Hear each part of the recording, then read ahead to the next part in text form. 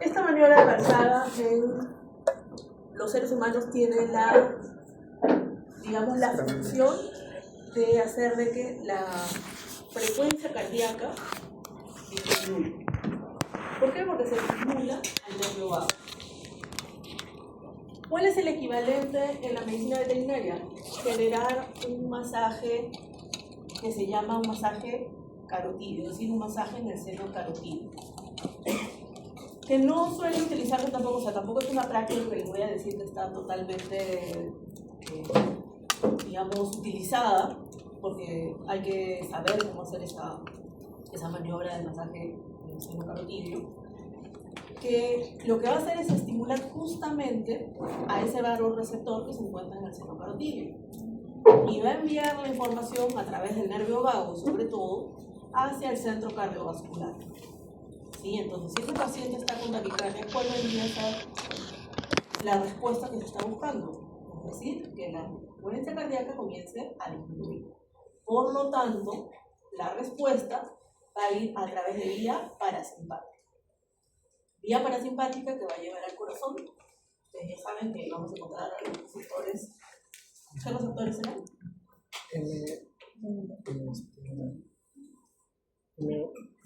M2, ¿sí?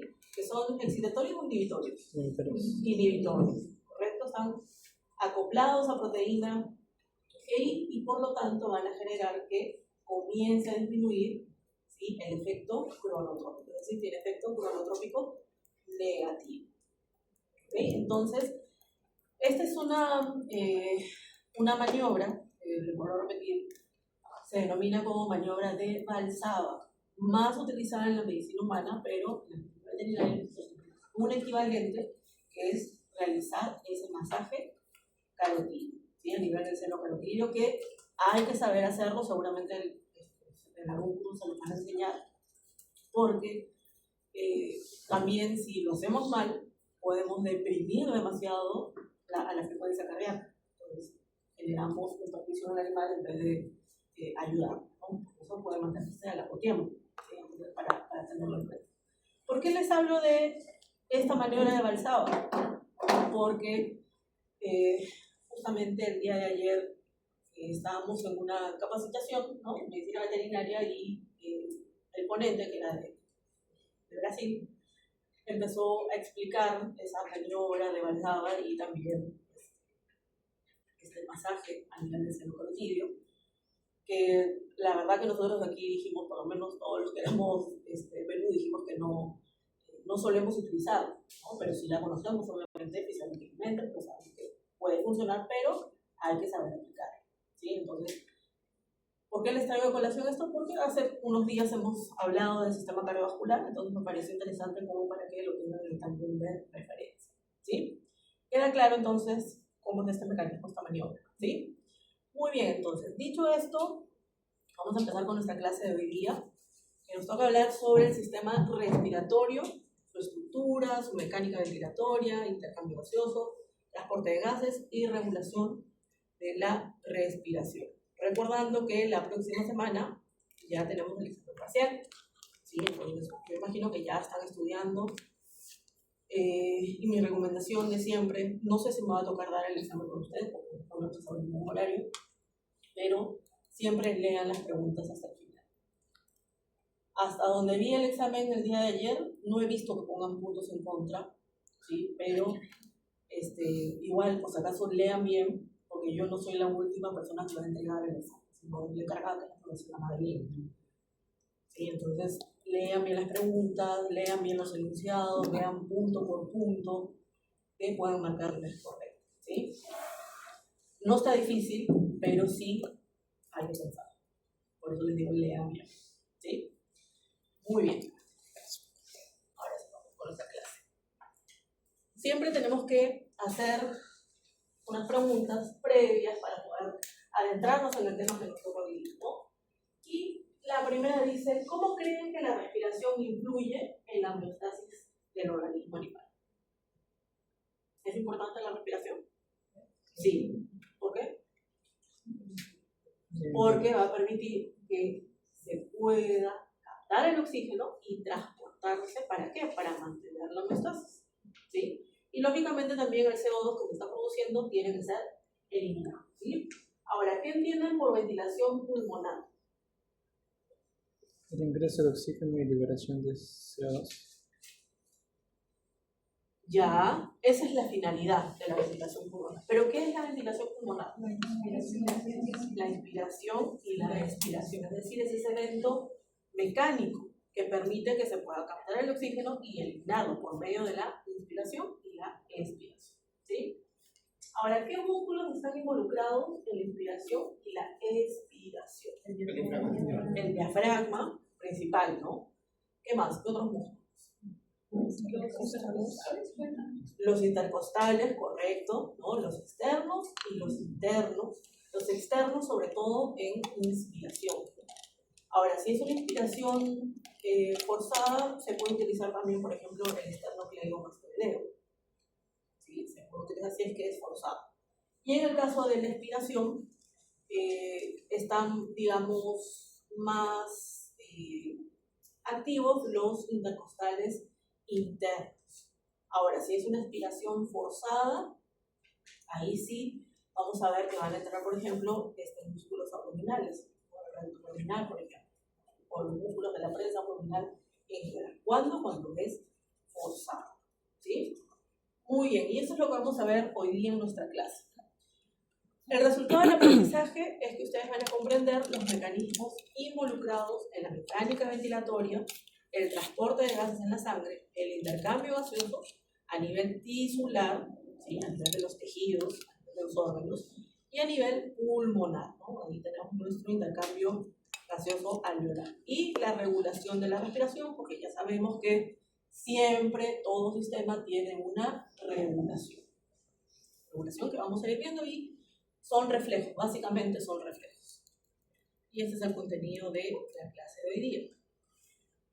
Muy bien, entonces, ya sabemos que en el caso de la función respiratoria es una función vital. Porque si un individuo deja de respirar, es incompatible con la vida, ¿sí? Entonces, esa función respiratoria, como ya hemos visto, permite captar el oxígeno. El oxígeno va a ser el combustible necesario, ¿para qué? Para que las células puedan realizar el trabajo. ¿Sí?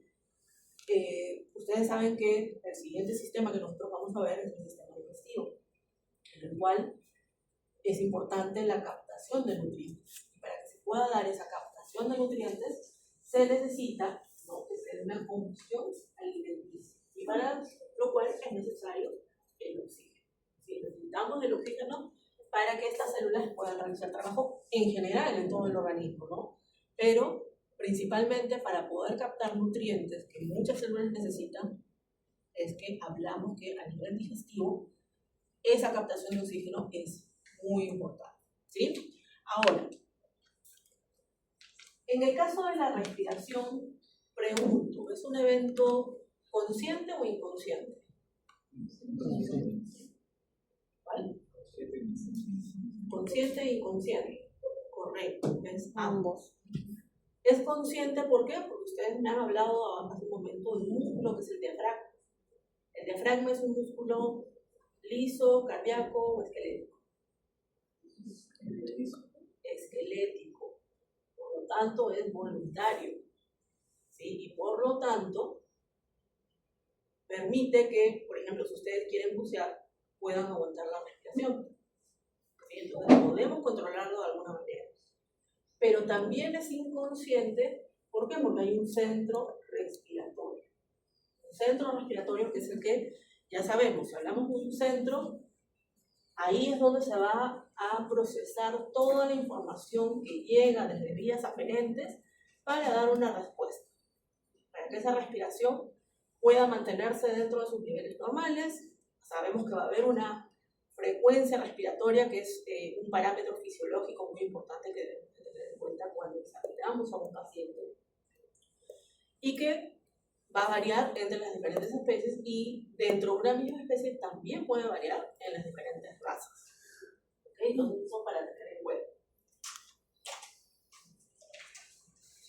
Ahora, Sabemos que va a ser muy diferente el intercambio gaseoso, por ejemplo, en aves, peces y mamíferos. Aquí en esta clase de fisiología, como vemos animales domésticos, básicamente no vemos la clase de mamíferos, pero sí tenemos que entender también qué ocurre con las otras especies, ¿no? Por ejemplo, en el caso de las aves, sabemos que conectan con los sacos alveolares. ¿Cuál es la finalidad de esos sacos alveolares? Hacer más ligero el vuelo. ¿Qué más?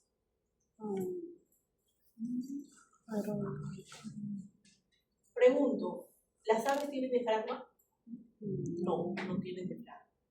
Ellos, en primer lugar, tienen estos sacos aéreos. Permite que pueda haber una fluidez y almacenamiento del aire, que ya dijimos, permite que el vuelo pueda ser más ligero, pero también permite que el aire pueda ir de manera unidireccional hacia los pulmones, específicamente a lo que vendrían a ser los parabronquios. Recuerden por anatomía.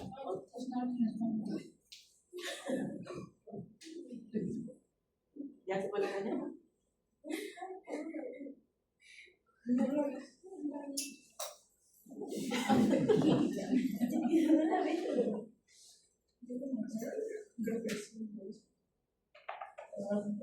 Bueno, yo creo que la arañita ya se asustó y se fue por algún lado. Ok, entonces, ¿qué les estaba diciendo?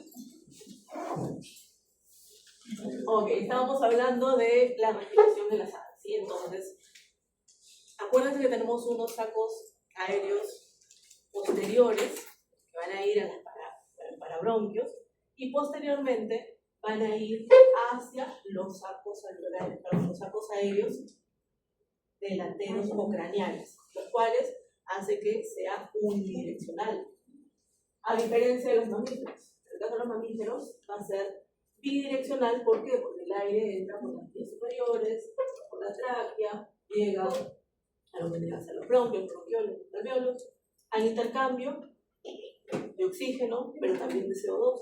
Y el CO2 va a ser eliminado nuevamente recorriendo las mismas estructuras. Los alveolos, bronquiolos, bronquios, tráquea, vías superiores y se elimina. Entonces es bidireccional. En el caso de los peces,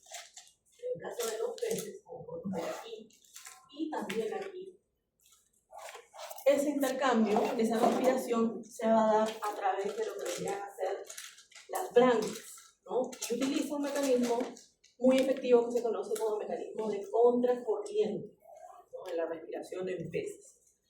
¿Qué significa ese mecanismo contracorriente? Significa que vamos a tener capilares que van muy cerca a lo que tendrían que ser las branquias y el oxígeno va en una dirección y la sangre va en dirección opuesta. ¿Sí? Por eso es el mecanismo de contracorriente, van en sentidos opuestos. ¿Con qué finalidad? Con la finalidad de permitir de que haya una mejor captación del oxígeno. Ustedes saben que el oxígeno a nivel del agua es menor que el oxígeno que hay a nivel del aire. Entonces, para hacerlo mucho más efectivo, utiliza este mecanismo. ¿Sí? Muy bien. Ahora, esa mecánica ventilatoria, esa ventilación, se va a dar a través de lo que sería la inspiración y la expiración. Cuando se da la inspiración, significa que es el acto de captar el aire, ¿sí? Desde el exterior. ¿Sí? Entonces, vamos a suponer que tenemos aquí dos diafragmas. Vamos a poner el diafragma A y el diafragma B. De estos dos diafragmas, ¿cuál estaría en inspiración? ¿Por qué no? La expansión pulmonar. ¿Es el B? Porque cuando uno la inspiración se expande. Correcto, el diafragma va hacia abajo. No, Cuando tenemos esta posición del diafragma con la complejidad hacia la cavidad torácica, hacia arriba o hacia adelante, significa que está relajado, ¿sí? Y en el caso de la inspiración es un evento activo, ¿sí? ¿Activo por qué? Porque justamente hay contracción del diafragma, ¿sí? A diferencia de la expiración, en la cual hay una retracción, hay una contracción de los pulmones de la caja torácica, el aire es eliminado y el diafragma relajado regresa a su posición original. Algo también importante que debemos de tener en cuenta es que puede haber una expiración forzada. Si es una expiración forzada, ahí sí vamos a ver que puede haber actividad de los músculos, ¿sí? Porque se está haciendo forzado. Por ejemplo, cuando, no sé, si es que alguien usted toca un instrumento de viento, ahí está realizando expiraciones forzadas. Entonces ahí sí utiliza músculos respiratorios, utiliza músculos abdominales, ¿no? Entonces se convierte en un evento activo, ¿sí? Ahora, algo que también seguramente lo habrán visto, no sé si en biofísica, si en biofísica tienen que darlo a un punto, hay lo que se conocen como las pausas inspiratorias y expiratorias, que es normal, ¿no? Estas pausas, sean inspiratorias o expiratorias, sirven para permitir reconocer y acomodar justamente a esta mecánica ventilatoria. ¿Para qué? Para que la respiración pueda ser lo mejor posible y se pueda captar el oxígeno de mejor manera y eliminar de la misma manera el CO2. ¿Sí? Son pequeñas pausas que no son constantes, pero que sí se dan cierto tiempo para adecuar las mismas estructuras respiratorias a que se pueda realizar un buen intercambio. ¿Sí? Con estos dos eventos. Entonces, tenemos aquí varios gráficos, prácticamente todo lo mismo, ¿no? En el caso de la inspiración, acuérdense que el diafragma se va a contraer, entonces va hacia abajo y hacia atrás, que es lo que habíamos visto aquí. Mientras que en la inspiración regresa a su posición original. ¿Por qué? Porque está traposo, entonces el diafragma no se está contrayendo, se está relajando, y por lo tanto permite que se pueda expirar, se pueda eliminar el aire. ¿Sí?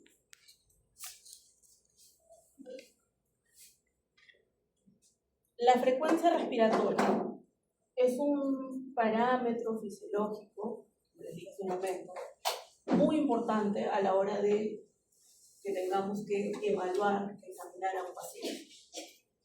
Salud. Así como está la frecuencia cardíaca, la temperatura, ¿no? O la frecuencia abdominal en rumiantes, la frecuencia respiratoria es el número de respiraciones que se dan durante un minuto de tiempo. El número de ciclos respiratorios durante un minuto de tiempo va a variar entre las diferentes especies. ¿Ustedes todavía no han hecho fisiología del ejercicio? No, esta semana lo van a hacer seguro. En la práctica, sí. Creo que todavía no lo han visto. Y ahí ustedes van a tomar la frecuencia respiratoria. No sé si en humanos o en animales, nosotros hemos medido. Y van a ver que hay variaciones, ¿no? Por ejemplo, si hablamos de especies, vean el caballo, es entre 14 y 16, en la vaca entre 7 y 12 aproximadamente, en las ovejas un promedio de 19, en el perro 24, entre 22 y 26, ¿no? Dependiendo también de las razas, en los gatos aproximadamente 26 respiraciones por minuto, ¿sí? Hay factores, como pueden ver, que van a hacer que varíe esta frecuencia respiratoria. Una de ellas, por ejemplo, es la edad. Va a ser muy diferente la frecuencia respiratoria de un cachorro versus la frecuencia respiratoria de un perro mayor. ¿Sí? ¿Quién tendrá una frecuencia respiratoria más acelerada? El cachorro. ¿Por qué?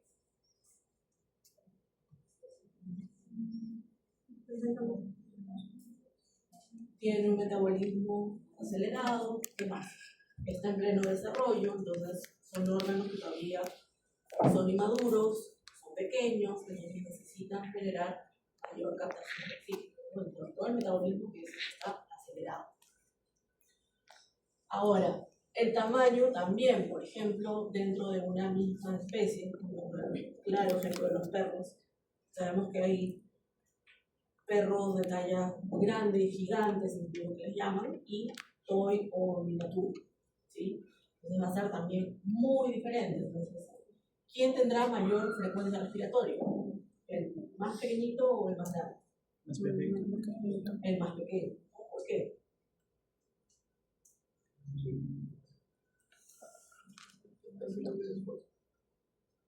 Ya tiene metabolismo acelerado también, Mayor ¿sí? actividad. Por lo tanto suele gastar más energía, por lo tanto necesita mayor oxigenación, hace que su respiración, su frecuencia respiratoria sea más acelerada. ¿Ok?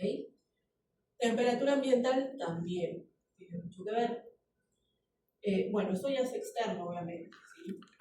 Va a ser muy diferente la frecuencia respiratoria de un perro que vamos a poner, no sé, tiene que caminar 10 cuadras hasta llegar al parque, ¿no? Con su dueño, con una temperatura de 40 grados centígrados, versus que tiene que caminar esas mismas 10 cuadras con su dueño en invierno, donde hay 15 grados centígrados. ¿Sí? ¿Quién va a generar mayor frecuencia respiratoria? Con una temperatura elevada.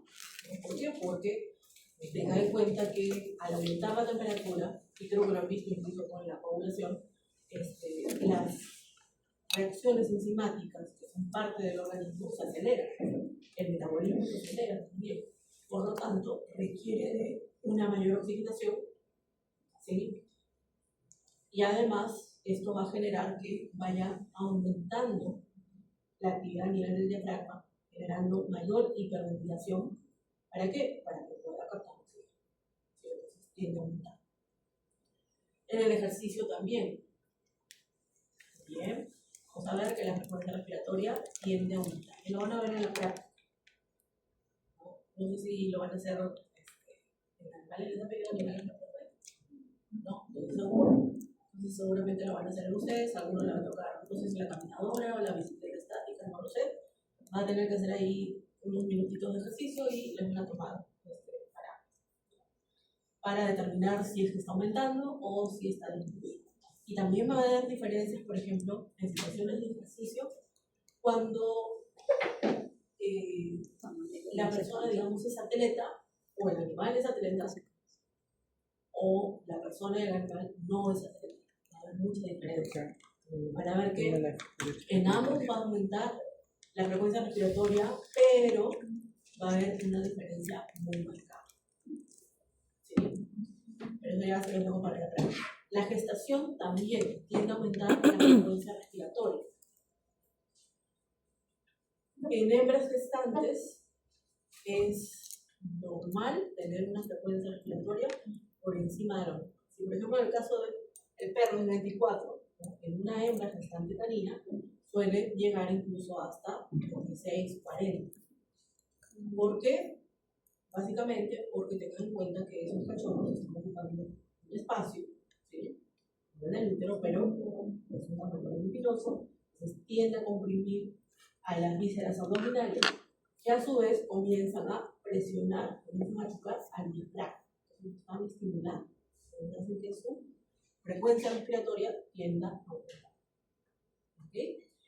Y el estado de salud ni que se diga, es decir, si el individuo se encuentra en condiciones de salud, se va a mantener con sus valores normales, pero en situaciones de que se altere ese equilibrio, que se altere esa homeostasis, entonces esto va a variar, ¿no? Puede aumentar o puede disminuir. Ustedes van a ver más adelante en la carrera diferentes patologías que van a afectar la frecuencia respiratoria, ¿no? Si aumenta, estamos hablando de aquí, ¿no?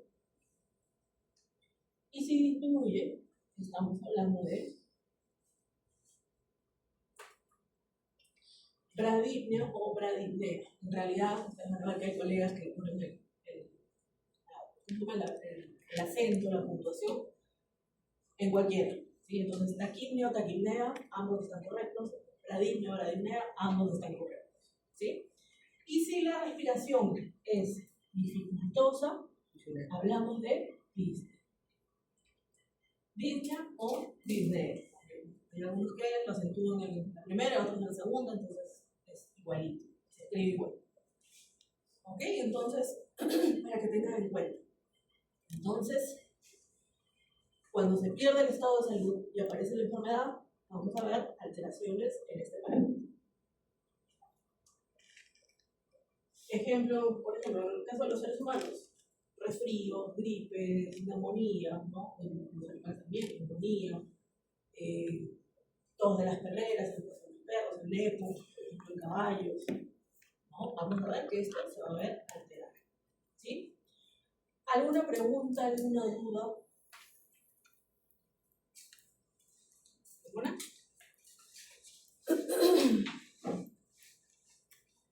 Ahora hay una prueba que se llama espirometría, que seguramente alguna vez les han hecho a ustedes. En la medicina veterinaria no es algo cotidiano, no es algo muy práctico. ¿Por qué? Porque en esta prueba de espirometría se tiene que soplar un dispositivo. Y si nosotros les pedimos a los pacientes que soplen, no nos van a soplar.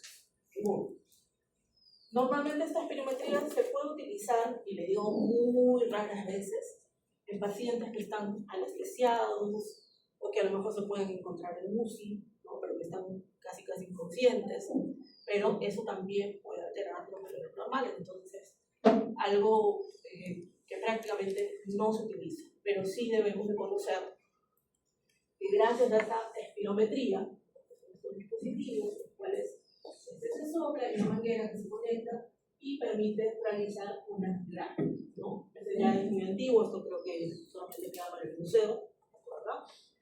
Que permite, bueno, en este caso, mientras se va soplando, se enciende el botón. Les digo que sé cómo se utiliza porque cuando yo empecé a dictar clases aquí, que estaba todavía en la práctica, con otros profesores, las prácticas se hacían con eso. ¿Sí? Entonces comienza a girar.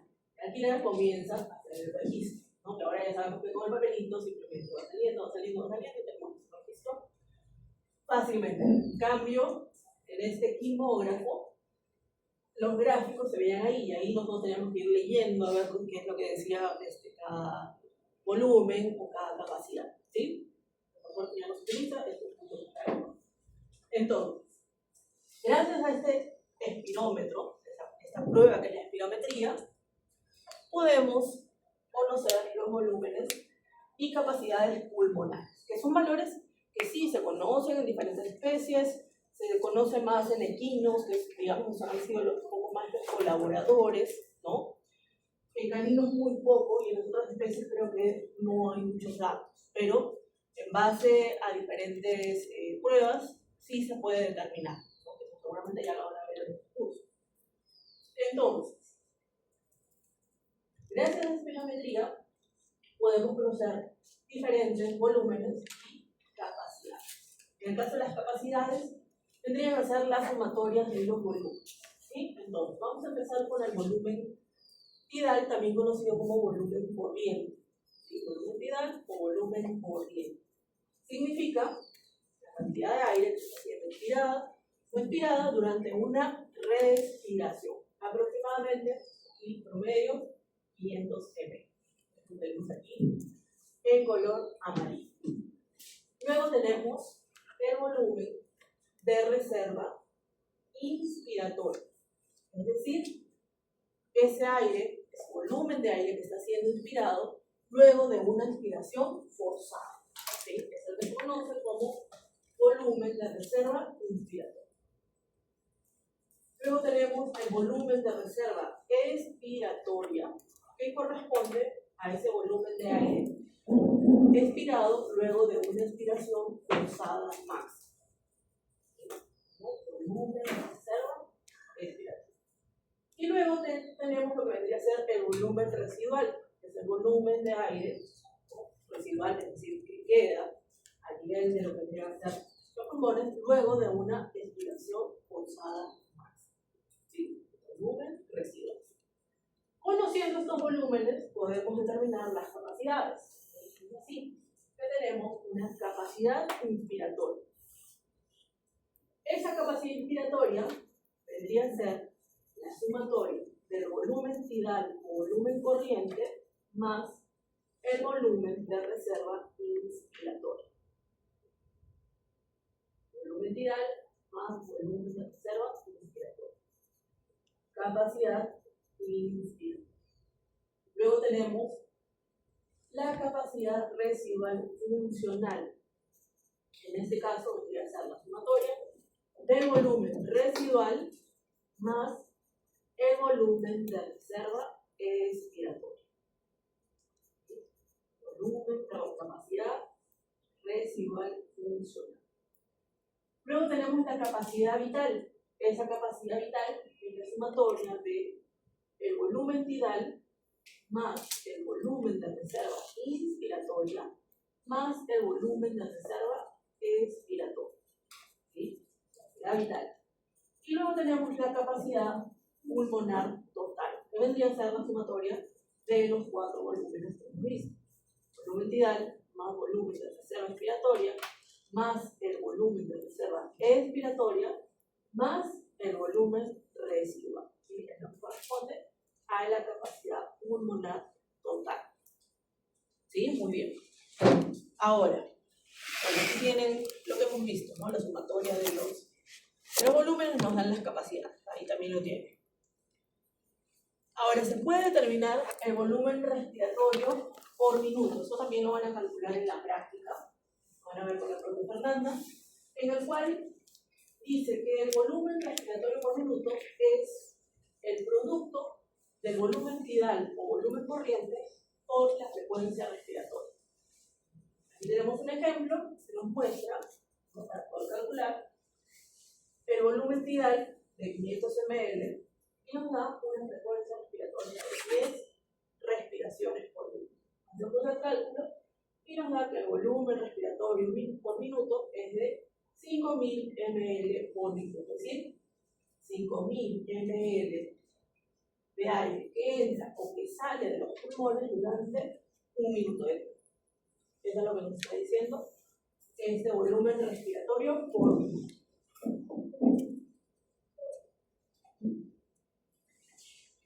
Ahora, también podemos calcular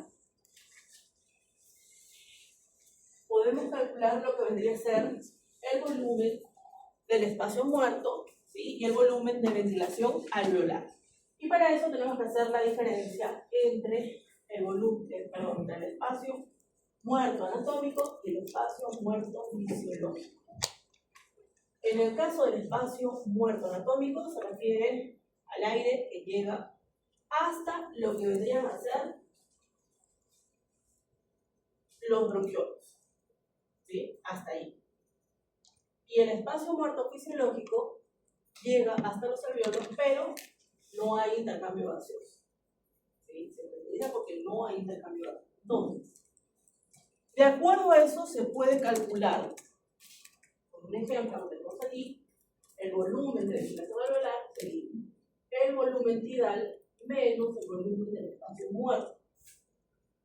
Estos son datos que se conocen aproximadamente, por eso calculamos promedios, sería 500 ml, que era nuestro volumen tidal, menos el volumen del espacio muerto, que es de 150 ml.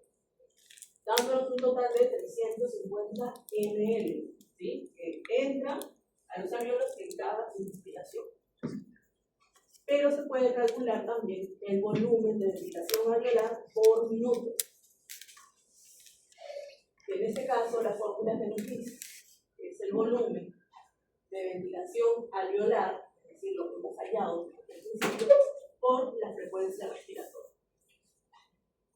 ¿Cuál fue el valor que obtuvimos? 350 ml por la frecuencia respiratoria, que era de 10 respiraciones por minuto en nuestro ejemplo. ¿Sí? Tenemos un total de 3500 ml, ¿sí? De aire que entran en los alveolos durante un minuto de tiempo.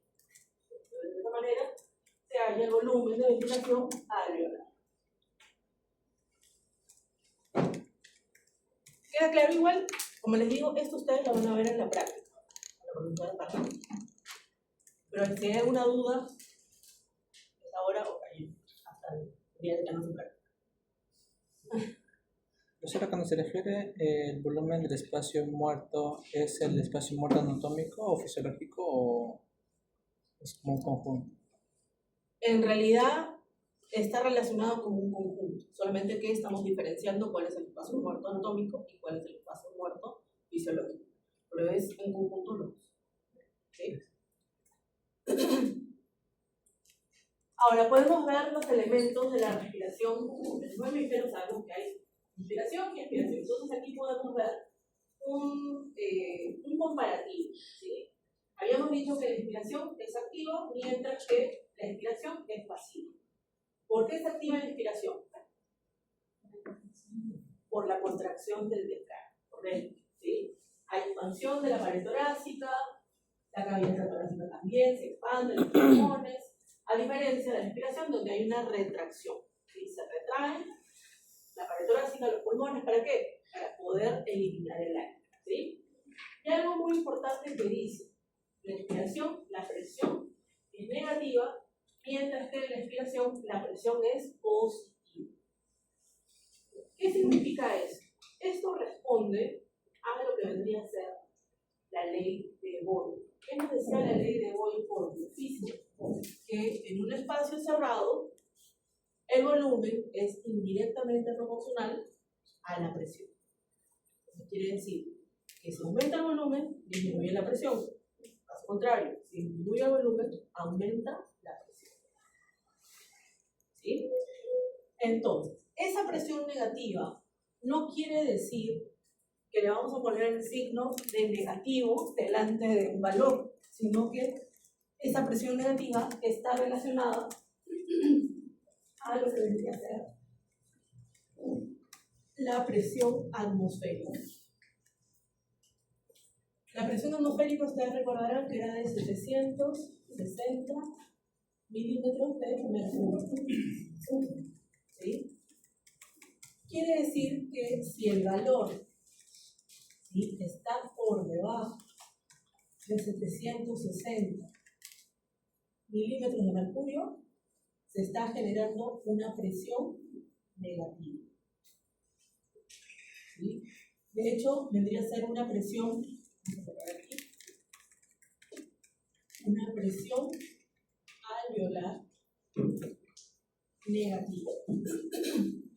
Ahora, si la presión está por encima, si es mayor a 760 milímetros de mercurio, entonces hablamos que la presión alveolar es positiva. ¿Qué es lo que ocurre durante la expiración? Entonces aquí hablamos de presión alveolar. Presión alveolar o presión pulmonar, ¿sí? También tiene ese nombre. Entonces, siguiendo esa ley de Boyle, vean, a mayor volumen, ¿qué significa mayor volumen? Hay entrada de aire, hay expansión de los pulmones. Más volumen, la presión cae. Por lo tanto, nuestra presión es negativa. Está por debajo de 760 milímetros. Y en el otro lado, durante la expiración, ¿qué nos dice? Siguiendo la ley de Boyle, en este caso sería a menor volumen, porque el aire está